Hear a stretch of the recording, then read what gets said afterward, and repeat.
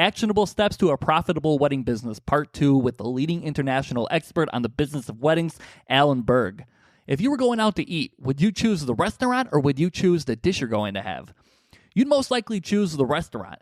It blows caterers' minds when Alan asks, so why are you giving out the menus to all of the food you serve when you haven't chosen the caterers yet? The award-winning chef's 5-star reviews, years of experience, selling the results of the service, not just the service itself, is one topic coming up for Actionable Steps to a Profitable Wedding Business. Don't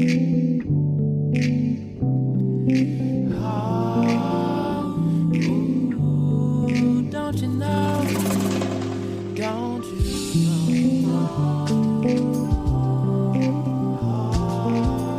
Part 1 with Alan Berg, we talked about the dichotomy of feeding your ego versus being the most profitable, how to give a range of pricing that creates framing, how Alan's love for music, speaking, writing, and consulting made him the leading international expert on the business of weddings.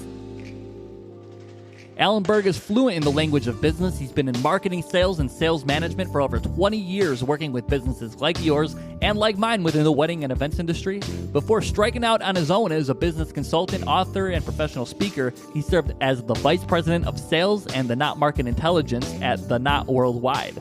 In addition to his speaking and consulting services, he also serves as a consultant and educator for Wedding Wire, the leading wedding technology company, doing webinars, live presentations, writing articles, and more. Alan is the wedding and event industry's only certified speaking professional, the highest earned designation for a professional member of the National Speakers Association. Only one of 36 global speaking fellows in the world. Today we're continuing talking about his latest book, Wit, Wisdom, and the Business of Weddings, a compendium of ideas, insight, and inspiration from an industry leader. If you want to know more about Alan's background within the wedding industry, check out Part 1. We're going to jump right into actionable steps to a profitable wedding business. Today's topics include, are you in the mindset of the making it happen or the being the center of attention? Why and how you should be selling the results before the service, how to discount without giving away profits, and why you are getting ghosted, how to never get ghosted again, and when is a ghost not really a ghost. Welcome to Funktastic Chats. I'm your host, Mike Zabrin. I've teamed up with the best and most successful leaders within the creative field to help you navigate being a boss and dominate with originality and vision. Having a long-standing career in the wedding and events industry, Funktastic Chats is a podcast that includes essential information for all small businesses. Industry leaders join me every week to help you monetize your passion, automate repetitive tasks to allow for more time for what you love, how to convert more leads and turn clients into brand fanatics, and how to thrive at what you do. Enjoy today's episode as we talk to the international expert on the business of weddings. You are extraordinary. I stutter when I try to think of words to describe you. You must be sent from the... How many times have you heard this as a problem from your current clients, hearing this from couples? You've given us so much to think about. We need to go home and process everything. Yeah. We'll get back to you. How many choices is too many? Well, there's a great book called The Paradox of Choice by Barry Schwartz, okay, also on audiobook. One of the first audiobooks I ever listened to twice, by the way. So The Paradox of Choice, not a very big book. It's great. The paradox of choice is this. When you're the customer, you want to know you've seen all the choices. The problem is we live in a world where there's too many choices. So once you see all the choices, you can't decide. And I'll give you an example. You've heard of this company called Amazon? You heard of that company, right? Heard of it, yeah. So have you ever gone on Amazon and you're like, I need something, and you start looking and you go down the rabbit hole because people who like this also like that, and people who bought this also bought that. Have you ever been there for 40 minutes and bought nothing? Yes. That is decision paralysis. Now, the Paradox of Choice book, he talks about people who satisfice a decision and maximize a decision. So again, if you were going to buy a base, you're going to maximize that decision because you know better and you're like, I know what I need and I'm going to do this and it's got to have Grover tuners and it's got to be whatever, okay? But other people are going to satisfy a decision and say, yeah, that's good enough. So for instance, like the microphone I'm using over here, I can see the microphone you have over there. You don't want a cheap mic. You want a good mic. You care about sound quality stuff. I have my Blue Yeti over here, right? And it's hanging on the wall. Yeah. I'm all set here. That was a maximized decision. What is the right mic for podcasting, for Zooming, for stuff like that? Are you going through that mic right now? What's that? Are you going through that mic right now? Oh, yeah. I was wondering like how you were getting such great audio quality from your Apple Oh earpods. no, How that's is this happening? I no, didn't see no. the The microphone. microphone is here. The headphones are actually plugged into the Yeti. So on the Okay, top over here. So they're that plugged makes into. sense now. I was just like, how is this audio quality so superior No, to no. What I found is my AirPods were running out too fast because I would be on some calls or like a clubhouse or whatever, and about 90 minutes in, they'd cut off. So I had this happen to me last week. So I always use corded headphones. I also have a pair of Bose noise canceling over the ear or whatever. Oh I just yeah. don't like the way I look, with the headphones on. So Yeah. see, they Same. blend into your hair. I don't have that. So that's not going to happen. That's not going to happen. So my camera is a Logitech Brio, the camera that I had, I just didn't feel it was sharp enough. So I started asking around, and everybody said Logitech Brio, $199 camera. I recommended it to one of my sons, and I don't need a $199 camera, right? See, he didn't need it. I need it. Because when he gets on a video call, it's not to be recorded and whatever. It's just within his company and stuff like that. So he's going to satisfy the decision for a camera. Is that good enough? Where I was going to maximize the decision. And it comes down to priorities. Good video quality, good audio quality, lighting, right?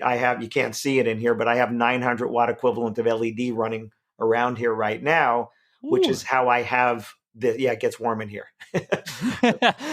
But I have good lighting because it matters to what I do. I have a 27-inch, high definition monitor here. All that matters. When you present the customer with too many choices, you create the decision paralysis.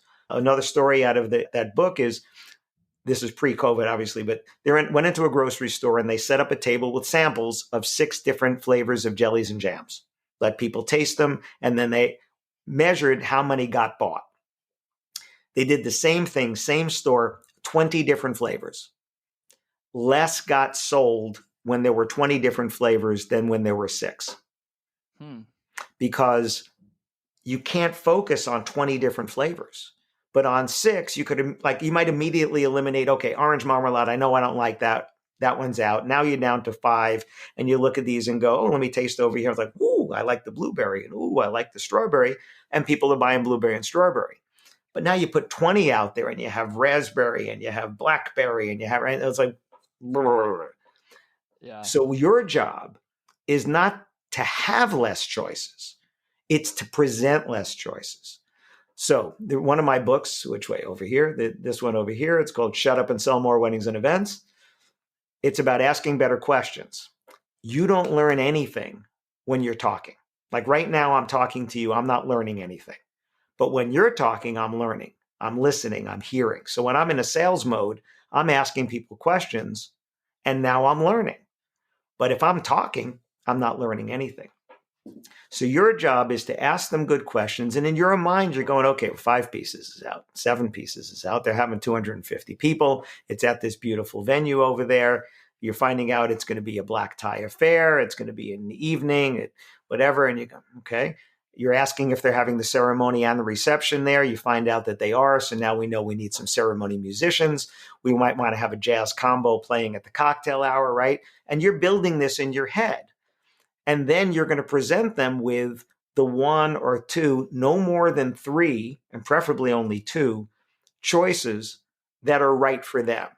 But if you had given them a menu, virtually or otherwise, and it showed 5 pieces, 6 pieces, 7 pieces, 8 pieces, 9 pieces, I've done 10, that. I'm guilty. right? Because we think we're being helpful, right? But now let me tell it to you a different way. Let's say you were a caterer and you didn't know what they needed. And one of my customers did this. You send them your menus: breakfast, brunch, lunch, dinner buffet, dinner sit down, after party food, snacks, right? All this kind of stuff. Now you don't know what they need yet. And you just gave them that. And it's followed by their choices that they could have for appetizers, their choices for salads, their choices for entrees, their choices, right? One of my clients did this. 40 pages. I'm not kidding.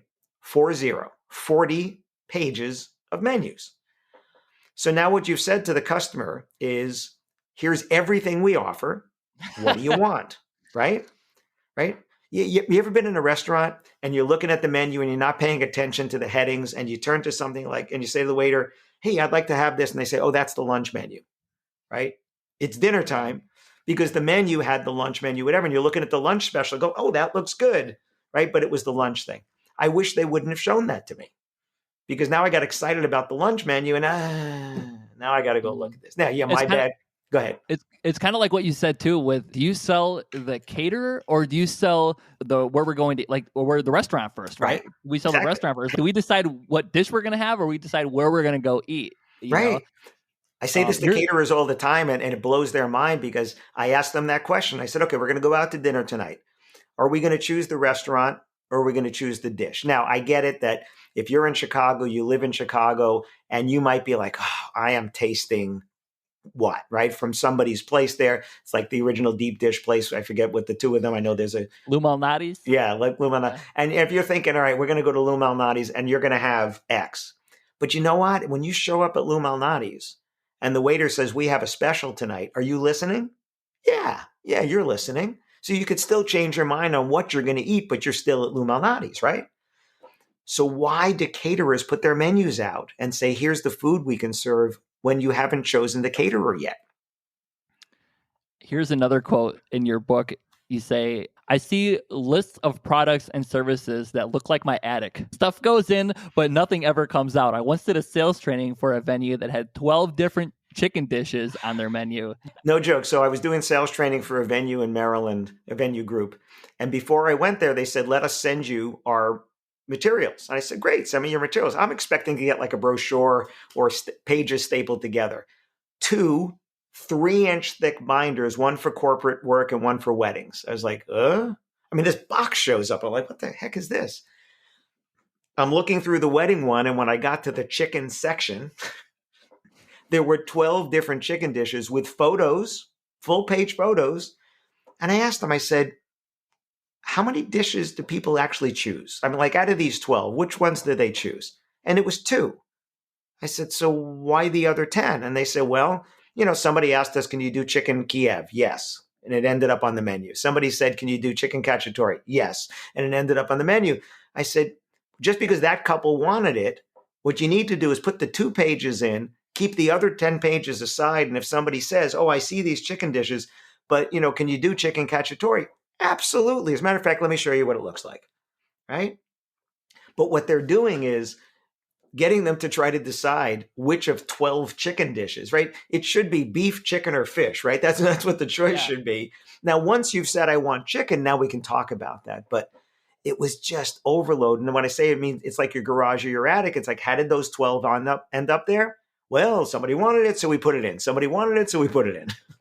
I can't even think of 12 chicken dishes. Yeah, nuts. And you know what the opposite of that is? And it's funny, I'll use a chicken story. I was in Denton, Texas one time, and I was doing training at this venue, and I thought I was going to have dinner with the client, but he had something with his family. So I ended up being on my own. So I went on to Facebook and I said, "Hey, friends, I'm in Denton, Texas. Where should I go to dinner?" And people came back and somebody said, "You should go to this town." It was about 20 minutes away, and go to Babe's and get fried chicken. I was like, fried chicken sounds good right about now. Why not? I got some time. I can take the 20 minutes.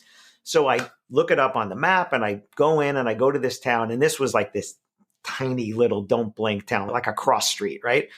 And Babe's is this building clearly from the early 1900s, if not older, brick building with a big metal chicken sculpture outside. And I walk in. It was getting kind of late at that point. I walk in and I said, "You just won." And they sit me down. The waitress comes over, says, "What do you have?" I said, "I didn't get a menu." She said, "Well, we only serve chicken."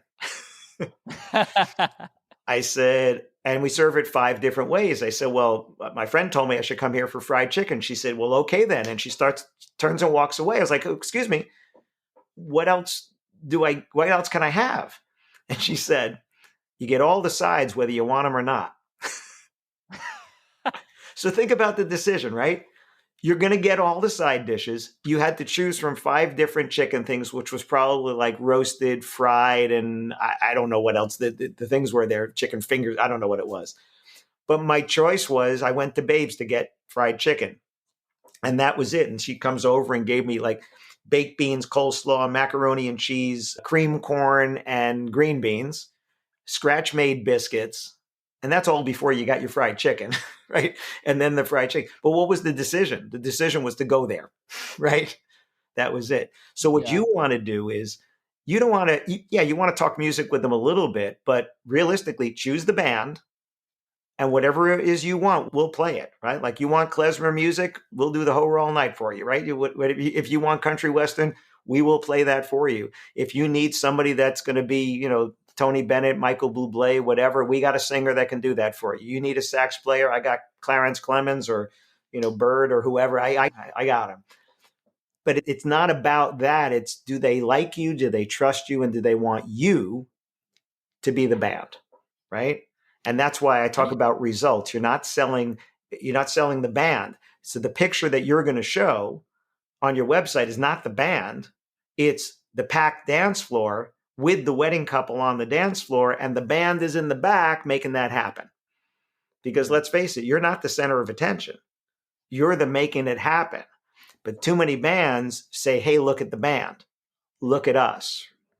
Not about that, right? If you look on my homepage of my website, it's unlike most speakers because it's from behind me and you're looking at the audience. You see me, but you're looking at the audience. Whereas most speakers, it's, hey, look at me on stage. And I wanted it to be, hey, look at those people who are watching me on stage because you could be one of them. Just people engaging with your service. Right. I love a picture from behind the band. So you see the band and people are getting into it, but what you're seeing is the packed dance floor because you made that happen. And your message to the couple is when it's late at night at your wedding and the cake has been cut and all these different ceremonial things have been done and you got your shoes off because they're brand new shoes and you're hurting your feet. We know how that goes. And you are dancing there and he's got his jacket off and you are just like hands in the air, having the greatest time of your life. You look around and you're surrounded by the most important people in your life, friends and family.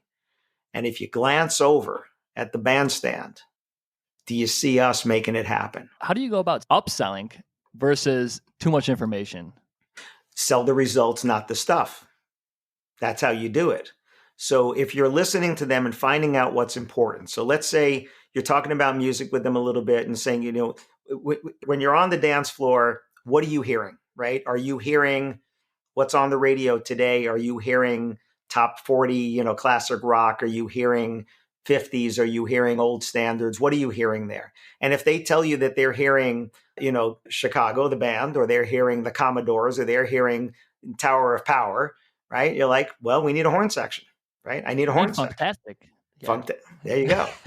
But if that's what they're looking for, and you say, so when you're here in Chicago or you're hearing Tower of Power, right? And you're hearing What Is Hip, right? Because we're playing What Is Hip for you, right? You can hear all those horns. So what we need to do is we need to make sure that we have not just our regular horn section, which is fantastic. We're going to have more than just that because you want to hear, when you hear that crisp horn sound, that fullness is because of what you're hearing from Chicago, what you're hearing from Tower of Power, what you're hearing from Earth, Wind, and Fire, what you're hearing from them. And we'll make sure that happens. And therefore, we're going to have those extra 3 pieces there, right? But you're selling the result. You're not selling the stuff. I tell people if they're selling a photo booth, if you have a photo booth to upsell, never sell the photo booth. Say to them like this, hey, Mike, have you thought about something fun for your guests to do when they're not dancing? I didn't say photo booth, right? Right? And you want them to go, well, what do you mean? Well, some people dance all night. Some people dance sometimes. And some people just don't dance for one reason or another. They just don't dance. So have you thought about something fun for them to do when they're not dancing? And you want them to kind of give you that Scooby-Doo, like, what? Yeah. What? And you say, well, I have a great idea for you, right? People are dancing, having a great time. Some people are not dancing. And then over there, right, off to the side, you have people there just laughing, having a great time, mugging it up in the photo booth. And the best part about a photo booth is not what happens at your wedding. It's what happens 2 years later when somebody goes into a drawer and they're looking for a roll of tape and they pull out a photo strip from your wedding and they remember, oh, that was a fun time. So not only did they have fun at the wedding, they're going to have fun every time they look at that. And I have a photo strip right here from a wedding I was at October 30th. It's right on my cork board with my family photos. And I look at that and there's my wife and I am transported back there. So how about we give your guests that same kind of fun, both at your wedding and later? Sometimes when bands do send their pricing, I'm curious your opinion on bundling services together to create a package. So sometimes I see bands offer packages that are multiple services bundled together. So this is our first package. You're gonna have a solo instrument for the ceremony, jazz trio for cocktail, quartet for dinner. Then we're gonna do an 8-piece band for the reception. Is bundling services into a package a good thing, helping alleviate choices, or am I excluding people who necessarily aren't looking for all that? According to a Wedding Wire survey, couples preferred to start with packages because it was easier for them. So here's what I would say to you and to other bands and other people in general is, if you've been doing this long enough, you can go back and look and see what people actually bought. So that could be the ceremony music, the cocktail music, that. And if that is a popular combination or some variation is a popular combination, then say our most popular combinations for weddings like yours is this package. Ceremony, reception there, because you need to have all of those things, ceremony, reception there, right? Now you could have 3 packages. So one could be a smaller, lighter package. One could be have this and one could be even bigger. And the key is to not just list what's in the package, but tell me why. So tell me that we're going to have a string quartet for your ceremony. And our string quartet can do anything from classical music to variations on the latest music done in a string quartet way to give it a classical modern feel, right? And then you're going to have cocktail music. And then we're going to have a jazz trio for the cocktail music. And they're going to play the right background music. And don't worry, the sound level is going to be just right that people can still have a great conversation while they're having their drink, but it's the perfect background music. And then for your wedding, for your reception, we're going to have this, and this will be able to do these things, whatever. But give me the result, not just the service, because the service is now a commodity. The result is what they want from it. And there's an old saying, nobody ever buys a drill bit because they need a drill bit. They buy a drill bit because they need to make a hole. But they need to make a hole, like here, I told you about my cork board. I needed a drill bit to make a hole, to put a hanger, to put the cork board so I can put the photos there, right? So why did I need the drill bit? So I can put the photos there. But if somebody thinks, well, you need a drill bit because you need a drill bit, no, I don't. And I don't need a band because I need music, because you could pump in music through the house sound system, right? Why do they want a live band versus a DJ, right? Or why do they want a live band versus a DJ versus pumping in through the sound system? Because it's different. Because to see the people there playing it and to hear the people there playing it, and because the band can look out and say, hey, don't stop this song, right? Let's go around one more time. Let's do this again, right? We can do that when we're playing live music. The DJ can do some variation of that, but you can do that. And it's different, right? Now, some people don't value that. Some people say no, either for budgeting reasons or because, no, I want to hear Bruno Mars singing it when it's Bruno Mars, right? And you can't compete with that because you might have somebody that sounds just like Bruno Mars, but you don't have somebody that sounds just like Bruno Mars and sounds like Madonna and sounds like, right? You can't be that good on all of those. You can be good on some of them, but you can't be good on all of them. Do they value it? Because if they don't value the difference, it's not affordability. It's if they don't value the difference, they won't pay. They won't pay. Just because somebody has money doesn't mean they're going to use it for your service, right? I bought a car late last year from a friend of mine in St. Louis, actually. I can afford a new car, but I bought a used car. It was an opportunity. I don't need a new car, right? In a normal year, I'm away half the year, right? Right? And now I drive 5 miles and come home, right? So I don't need to spend that money. Again, can I afford it? Sure. But do I need to? No, I don't need to, right? Other things I buy brand new. My microphone, my monitor, my computer, other things I'm going to buy brand new. And some stuff, no, I don't need to. The package idea, I think, is a really good idea as long as you do it. Now, you can do it this way. If you're having a small wedding these days, maybe 50 people or so, then this is a great combination for you. And maybe it's 5 pieces, and we're going to have 2 pieces playing at your ceremony. We're going to have somebody playing at the cocktail, and then we'll have the 5 pieces for your wedding. Maybe it's 3 pieces, 4 pieces, whatever it is, right? If you're having a wedding, between 100 and 250 people, or 100 and 150 people, here's a great package for you. And again, you could have 12 variations of this, but you're only going to show them the ones that are right for them. So if they're having 250 people at an elegant affair, they're never going to see the tiny package. You're just never going to show it to them. But the idea of packages is you're making one sale. And then, by the way, that package can have options. So let's say you do the package for a typical 150 person wedding, and I'm going to pick a number, it's 7 pieces.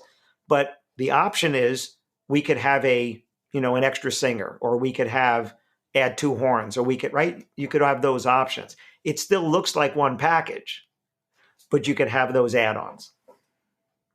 We talk about selling the results of the service. I love in the book when you mention a DJ told you he gets a lot of requests for his 5-hour package. Do you remember that? And you helped him with this response. Thanks so much for giving me the opportunity to tell you about how much fun I can make your wedding. I don't have a 5-hour package, but I'd love to tell you about my 35-hour package, the 5 hours you and your guests will see, and the 30 hours that I'll be investing to ensure its success, which you can see from my dozens and dozens of fantastic reviews.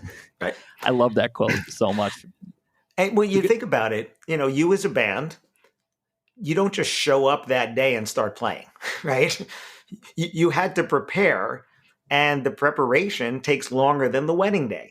Just like when I give a speech somewhere, even if I've given the speech before, I'm going to invest 5-10 hours in preparing for that speech, even if I've given that exact same presentation before. If I've never given it, like with Wedding MBA coming up, 20, 30, 40 hours will go into a new speech. What are you going to see? 45 minutes, right? The easier it looks, the more prep usually went into it, right? All right, so you're in Chicago. Michael Jordan didn't just become Michael Jordan, right? Michael Jordan worked it. Matter of fact, Michael Jordan got rejected early on, with high school and college, and then he worked his way towards it. It's putting in that extra time, putting in the extra work. We talked about me as a speaker and people doing speaking stuff. I study the craft of speaking.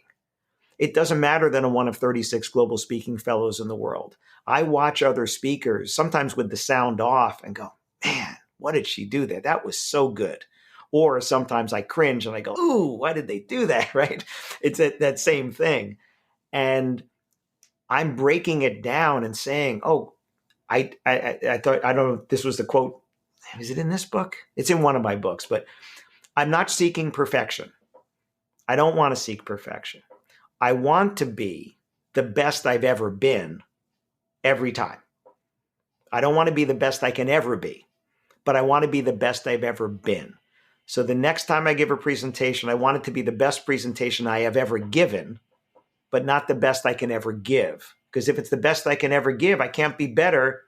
Drop the mic and leave. That's it. I'm done. But never drop a mic. They're expensive. Don't drop a mic. That's a great mindset. You say a huge mistake wedding pros make is not asking for the sale. When they hear, especially when they hear buying signals, and one of these buying signals is couples asking for a discount. In fact, there's a chapter called How Emotions Affect Your Business Decisions, where wedding pros will get upset when, in fact, asking for a discount can be a good buying signal. Can you talk a little bit about discounting versus negotiating against yourself and asking for the sale? Sure. So the first thing is, why is asking for a discount a buying signal? Well, the first buying signal that you saw was when they made the inquiry. It wasn't the first buying signal there was, because the first buying signal there was is them deciding that they need to have music for their wedding, and then deciding that they want a band, and then going and searching and whatever. By the time they get to you, they've gone through 3, 4, 5, 7, 8, 10, 12 different steps. So when they come to you and they ask you how much it is, that's a buying signal. People who are buying things ask how much it costs. When they're excited about it and they say, hey, that sounds great, is there anything you can do on the price? It's a bigger buying signal, because if they didn't want it, they wouldn't be asking for a discount. Like, who asks for a discount on something you don't want? I'm not really interested. Could you do better? Said nobody ever, right? Right? So discounting and negotiating, the first thing is understanding that you don't have to give them a discount. Just because they asked, you don't have to. And I have many, many people have told me that after they hear me speak about this or they've read about it, that they stopped giving discounts just so reactively. And part of it is, if you like getting a discount, when somebody asks you for one, you want to give them one because you like getting one. You figure they like getting one, so why not? I had this caterer in California. She came to a mastermind that I did. And afterwards, she said, I stopped giving the discount. I was just giving it because they asked for a discount. I was like, sure, here you go. She said, so I'm giving them $300, $500 every time. And that's my money. I said, yeah, that's profit. That's real money right there, right? Even if she, at $500 each, if she did 20 weddings a year, it's $10,000, right? Yeah. So she just stopped. So here's what I do with an audience. I'll put up a slide and I'll have an Apple Watch, an iPhone, and a MacBook. And I'll say, how many of you own one or more of these? And of course, lots of hands go up. I said, how many of you got a discount on it? And very few hands. I did have somebody who raised their hand and I said, how'd you get a discount on Apple products? She goes, my husband works for Apple. I was like, all right. All right, fair enough. But they also give to students and they give to military and stuff, but it's a fixed number. So if it's 15% off, which was what she gets at, the employee discount, if it's 15% off, you can't negotiate 16, but you also can't negotiate 14, right? It's 15. That's what it is. I like discounting to be both intentional and structural. So let's go back to the package idea. If you have people that will buy, let's say, the ceremony music and the reception, but they don't want to pay extra for the cocktail, have an a la carte price for ceremony, cocktail, and reception. Put them into a bundle and then reduce the price on the bundle so that it's less than the a la carte pricing, which sometimes means raising your a la carte pricing, right? And now you say, hey, listen, this package here just saved you $350, $500, $1,000, whatever it is, over buying them separate. And if they say, hey, I don't need that, whatever, you say, no worries, no difference in price because your discount was already bigger. If you have a price for a weekday that's different than a weekend price, that's okay. The key is discounting structure, you have to hold to the structure. So if Friday cost X% less than Saturday night or X dollars less than Saturday night, it is always that difference. You don't say, well, they'll pay the same for Friday as Saturday, so let's just take their money. You can feel that way sometimes, but you're now negotiating, you're not discounting. Negotiating means you have to remember what you told everybody. Now, I'm not saying don't do it. I'm just saying you have to remember what you told everybody. Whereas with discounting, it's here's the price. So let's say your price for February is different than your price for May, right? Because there's not as much demand. Well, if somebody says, hey, my friend's paying this much, right? They're getting married in February. You're getting married in May. Here's our price structure. Supply and demand says that we get more demand. We have to turn away more business in May than February. That's all. You can explain it to them. But when you took 2 Saturdays in May and you charged them 2 different prices for exactly the same thing, and they ask why, you just start doing the whole tap dance because you can't explain why. They're a better negotiator than you. Right? That's not a good answer. People talk too, especially on the internet in today's day and age too. So, one of my clients actually out near you, just outside the loop, one of the owners of this venue was on Facebook chatting with some brides, and one of the brides shared this venue's PDF. The owner didn't, not the venue, shared the PDFs. Like, here, there's their prices. Now, who knows how recent that PDF was, right? And they're sharing this out there. They do talk and they do stuff like that. And I've also said to people, I say, so how come you don't have pricing on your website? And they go, well, I don't want my competitors to know. I'm like, they already do. They secret shopped you 20 times. Oh, come on. And not even just secret shop, but look what just happened there, right? Somebody's sharing this PDF out there. They already know. That's the worst reason to do that. If you're confident in your pricing, that you are providing good value for what you're doing, it shouldn't matter who knows what it is, right? Now, some people will look and say, and they're going to judge you based on price because they're looking at their price and your price and they don't understand the difference. And that's why better marketing materials, better branding, better messaging is important. And here's a line that I've used. It's probably in the book, or it's definitely in some of my books. Can I guess? Go ahead. This might be what you're going to say. I was going to say you need to invest in yourself if you want other people to invest in you. Right? That absolutely, that comes to advertising and marketing and branding for sure. What for the customer, it's if price is the most important factor when choosing the entertainment for your wedding, we're not going to be the right fit because there's always going to be somebody cheaper. So if you're going to judge based on price, there's always going to be somebody cheaper. However, if what's important to you in your wedding is having the right entertainment at the right time, the right announcements, the right coordination with it, with the caterer and the photographer and everybody at your wedding. And what's important to you is having your guests walking out with smiles on their face and tired feet from dancing all night and telling you 3 weeks later that they're still remembering how fun it was. That's what we do. And we do it at our price because that's the results we provide. So you could have somebody else's price, or you could have those results. Can you talk a little bit about objections too, and how Sure. that's also a buying signal? Yeah. So if somebody's having a conversation with you and they bring up an objection, which I call a yes, but I'm not ready to say yes, but let me get this. The fact that they're still conversing with you and bringing up that particular objection is a good sign, because they could just go away. The same thing with complaints, by the way. One of my clients, I'm going to do sales training for his company, and the owner and I were talking the other day, and he said, a good client complains. A bad one just goes away, right? Because the idea of complaining is giving the company an opportunity to make it right. So with an objection, if somebody says, that's more than we were looking to spend, but they're telling you that, they're giving you a chance to have some reply to that. You're the first band we've spoken to. That's a statement. That's not, doesn't mean we won't buy. It's a statement, but you could take it wrong. Just like you could take somebody sending you an inquiry and it says, hi, could you send me your prices and packages? And you could go, they're looking for a cheap band. You don't know that. You can't tell that from those words, because they're sending those same words to every category. So you can't tell that.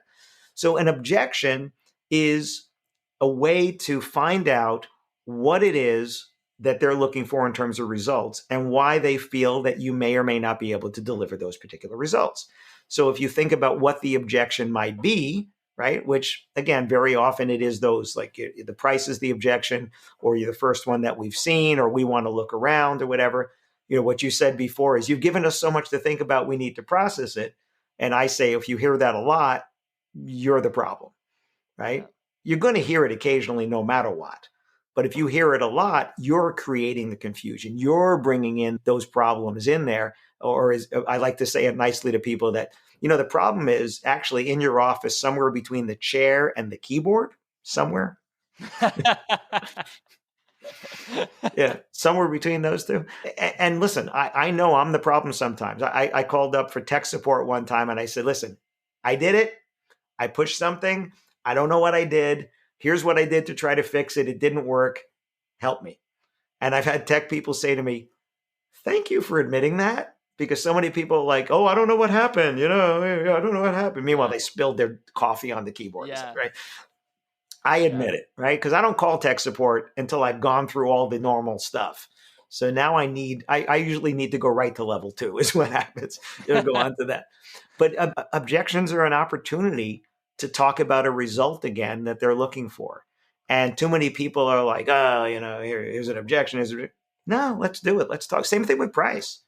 I love when somebody calls me, emails me, texts me, whatever, and says, how much does it cost for you to train my team to, I'll give you an example. I spoke for a group in San Diego the other day remotely, and somebody reached out and said, hey, I've been a photographer for 20 years and I want to be redoing my prices and packages, and I think you can help me with that. Can I get an hour of your time? Now, I don't start usually with people with an hour of my time. I start with 2 hours, and then we can do by a half hour after that. So I could have read into his message, you know what, he wants to buy an hour of my time. But I'm going to go back to him. I'm going to tell him it's 2 hours. So I went back and I said, thanks so much for reaching out. 20 years in business, customers have changed. The way they buy has changed. It's a really good idea to do that. And I can definitely help you with that. I usually start with a 2-hour consultation. We can record the whole thing and we can talk about more than just your prices, because more things are involved. Should you put them on your website? How do you do it? How do you respond in an email and all that? And that's going to be 2 hours at $699. Did you have any other questions, or would you like to schedule? Now, he could have come back and said, oh, I only need an hour. He came back and said, sold, in all caps with an exclamation point. Awesome. Right? Yeah. So I didn't say, well, he asked for an hour and I offered 2. He could have said, I only need an hour. He didn't. He said, done. Right? This is, and again, I don't know who's watching on video or who's not, but if you don't ask, the answer is always no. Right? I like your other quote. The answer is yes. Now, what's the question? So, question. That's the best customer service. Customer comes over. Can I ask you something? Yes, you can. The answer is yes. What's your question? Right. Right. That's the best customer service. Could you talk a little bit about ghosting and how you've helped clients of yours win couples back? Mm-hmm. Yeah. So let's first talk about what ghosting is. Ghosting is someone makes an inquiry, you respond to them, and then you don't hear back. Or maybe you do hear back and then you respond again and you don't hear back. But at some point, the conversation just stops. So there's three possible outcomes from getting an inquiry and you replying. You can get them to say yes at some point. They could tell you no at some point, or you could hear nothing. Which is the worst of those three? To hear the word no. I mean, it's actually the ghosting. And here's why. Yes means yes, right? No means we've chosen someone else, but you do have an opportunity because maybe that other band doesn't offer ceremony music or something, and you might ask, if there's something you can do. But at least you have a definitive answer. But the ghosting could be a yes. They could still be interested. So the opportunity that we all have as businesses is we get the yeses, we get the nos, and if we still have inquiries and they haven't responded to us, they inquired with us, right? Who started this? You started this. I didn't start this. You started, right? Somebody went to your website, Mike, filled out your contact form. You sent a reply and they don't reply back to you. Wait a minute. I didn't just call you randomly out of the blue. You came to me. So theoretically, 100% of the people that reach out to you should respond. Theoretically.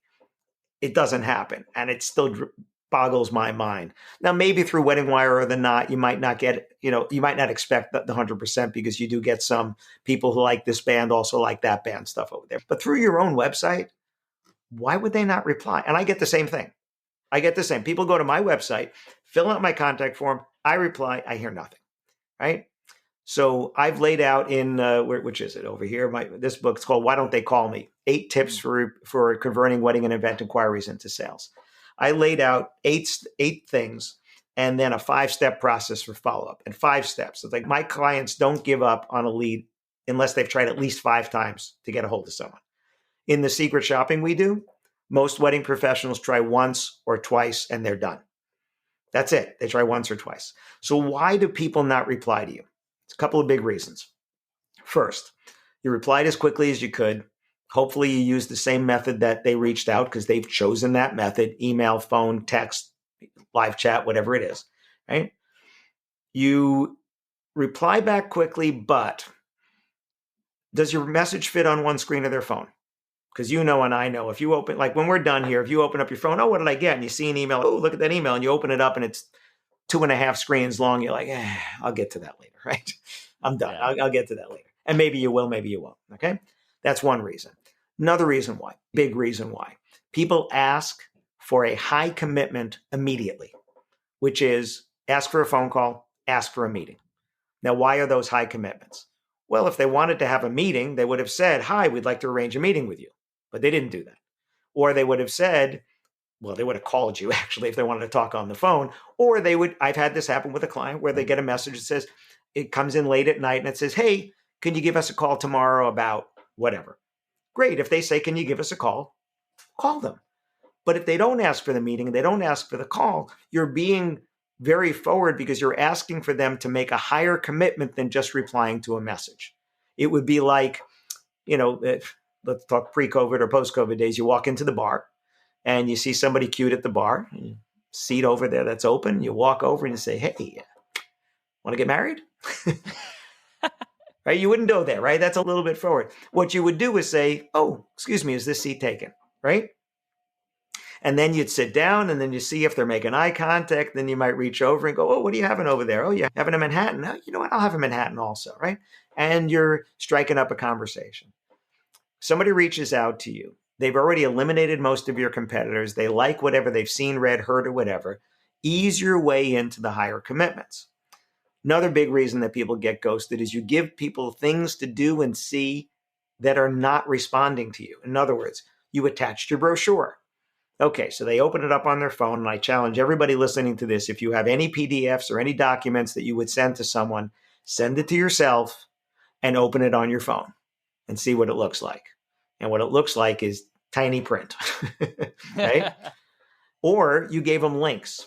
Go look at our YouTube page. Go look at our Wedding Wire. Go look at the Knot. Go look at this. Go look at that. And you're wondering why they're not replying to you. And you gave them 3 links and an attachment, and they're not replying because you gave them stuff to do that is not everything except replying to you. Okay? So ghosting comes self-inflicted, where you send them these links, you send them the attachments, you ask for the high commitment of a phone call or a meeting, even if it's a Zoom meeting, right away, instead of easing your way into it. Okay?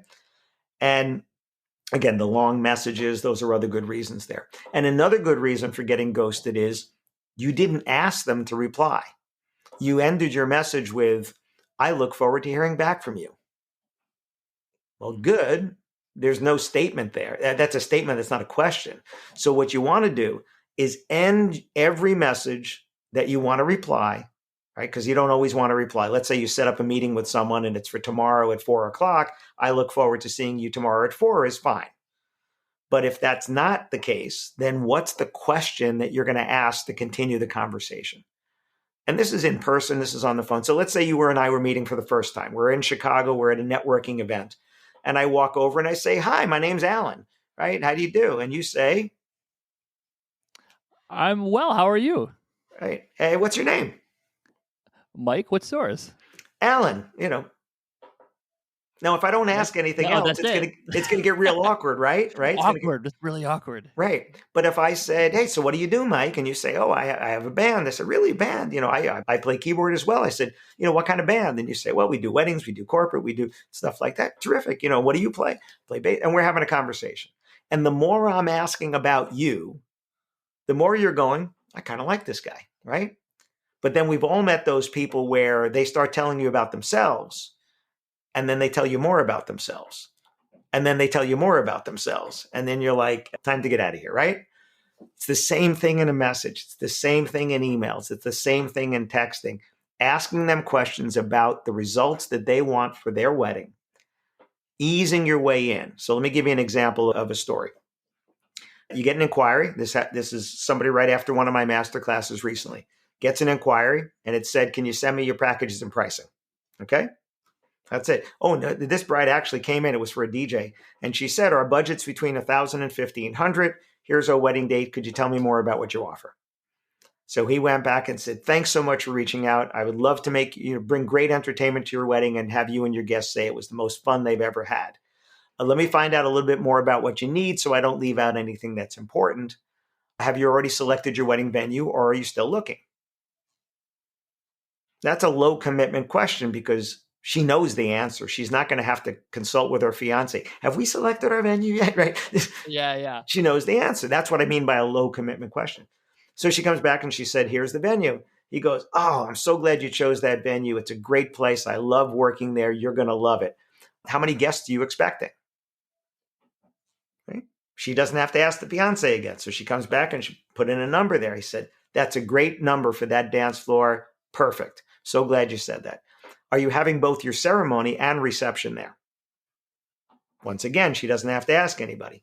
She comes back and said, yes, we are. We're having both of them there.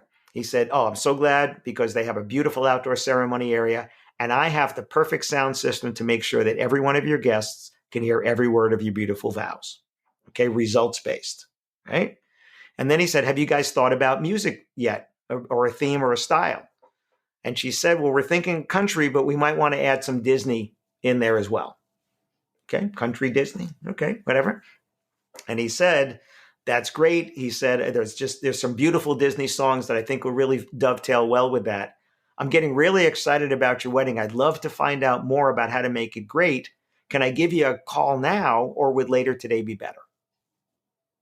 Now, we were 4 messages in, right? He was 4 messages in, but they were quick.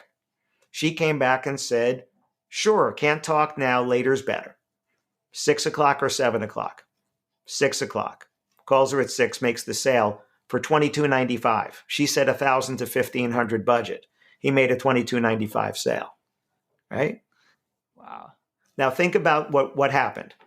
She inquired. She gave him some info. He paid attention to the 1,000 to 15, but he didn't, because he has things that go with there, not maybe what she needed. But that whole idea of confirming the venue, confirming it could be a date sometimes, having ceremony and reception there, back and forth. Almost every wedding professional can do things like that. And then after getting her excited, then he asked for the higher commitment to the phone call. That's the way it works. Too many people try to rush it. Over these 4 emails, these are just very short. Fit on one screen. Emails. The question was always its own paragraph at the end, right? So when he said, yeah, have you selected your venue already, or are you still looking? She came back and said, here's the venue. We've already selected it. That was very short. Paying attention to the fact that she was writing back short, he kept his messages short. Now, you know, sometimes, Mike, sometimes they write you back the whole story, right? Yes, we've selected our venue. We looked at 25 different venues, but we selected this one. You know why we chose this one? We chose this one because they have a beautiful outdoor area. And the beautiful outdoor area has flowers, but not just flowers. Oh my gosh, they have roses. It's not just roses, but they're pink, right? You know those people, right? Yeah, very well. But you mirror, because the person that writes you long will read a long message back. The person that writes you back short sound bites doesn't want to read a long message. So pay attention to that. So he was paying attention, because that's what I taught on this masterclass that we did. And just that little back and forth, right? Same thing. But you have to pay attention to what they write. So when she said Disney country theme, he responded to that. I got a client, actually this venue I was telling you about, where they shared their document on Facebook, somebody did. They got an inquiry and it said, where our theme is going to be Pride and Prejudice and nerdy. I don't even know what that means. Like, I know what Pride and Prejudice is, and I know what nerdy means, but I that mashup, just, I can't picture that in my head. But when responding, the client didn't even mention it. But they should have said, wow, you guys are so specific on your theme, Pride and Prejudice and nerdy. I can't wait to find out more about, what that means and how I can help you bring that to life. That's what they should have said. Acknowledge what they've written. They've taken the time to tell you that. You should have written back with that, but they didn't.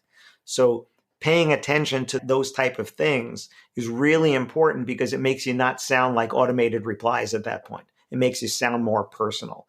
But the idea of those little back and forth. Now, I will tell you honestly, sometimes those back and forths happen in minutes. And sometimes it takes them hours to get back, because they're working, they have, lives, they other things going on. So the thing that frustrates wedding professionals is it's not happening in real time. That's what frustrates them. But sometimes it's on Facebook Messenger in real time, or on live chat in real time, or on text in real time. It does happen. It's the wanting to rush the process because you're busy is losing you sales. It's losing you sales, because let's face it, Mike, when you're the customer, do you care how busy the other people are that the business that you're trying to do business with? No. And your customers don't care either. That's just what it is. They don't care either. So don't rush the process. Make it nice and easy for them. Be the one that sounds like you were saying about my books. You read my books. Well, the audiobook is my voice, but if you read my books, you're going to hear my voice, even if you're reading the Kindle or the paperback version, because that's the way I write. Your email should sound that way.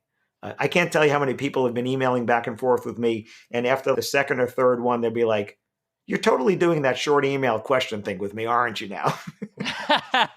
And it's like, yes, and you just realized that, because it was just so natural. It was just like having a conversation, because it's a conversation. I like when you were like, this is my magic flashlight. I just broke all of the links and attachments on all of your emails. Well, you said it in not webinar or something like that. Yeah, there it is. There it is. And the other thing, too, is social media. I never really realized how social media can really distract people away from you, even though it's your page they're going to. They're looking at 1,000 things on social media. So, forget, YouTube. If I see a YouTube video on somebody's website, I will go to that video, start playing it, and grab the slider and pull it over to the end to see if it pulls up that mosaic of all those video suggestions at the end. Because now they're sitting there going, oh, should I keep looking at Mike's website, or should I look at one of these 16 videos, right? No, send them to Facebook. They are one click away from anybody else's page. anybody else's page. Yeah. And Facebook is trying to get you to go to other pages and trying to show you ads, right? They're trying to get you to do that stuff. So it's so easy to get distracted. That's why I actually don't have any social links on my website except sharing links. And the way a sharing link works is you don't leave my website. It just pulls up the little box. You can share the article or something. I'm this close. I have 11,900 Instagram followers, so I'm this close to 12,000, right? And it's growing without any links on my website to Instagram, because a real social audience is one that organically wants to follow you, wants to find out what you do. Not, hey, Mike, if you like my page, I'll like yours. Okay, great. So our numbers just went up by 1. And what did that accomplish? Right? It didn't accomplish anything. So for me, I don't want to send you to social. I don't want to send you to Wedding Wire or The Knot or Google or Facebook or any place else. I just want to continue the conversation that you started when you reached out to me. Alan Berg, thank you so much for being on the podcast today. This was so much fun.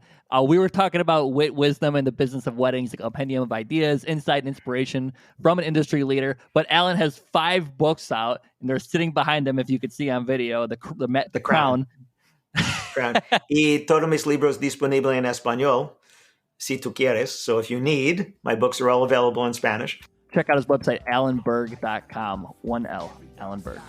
Thank you so much, Alan. I appreciate it. Can't wait to stay in touch with you. Absolutely, Mike. Thanks so much for inviting me. And that was Alan Berg. For more information on Alan's website review and consulting and/or sales training services, to get a copy of his book or have Alan speak for your company, group, or association, visit www.alanberg.com. That's ALANBERG.com. His Instagram handle is @AlanBerg.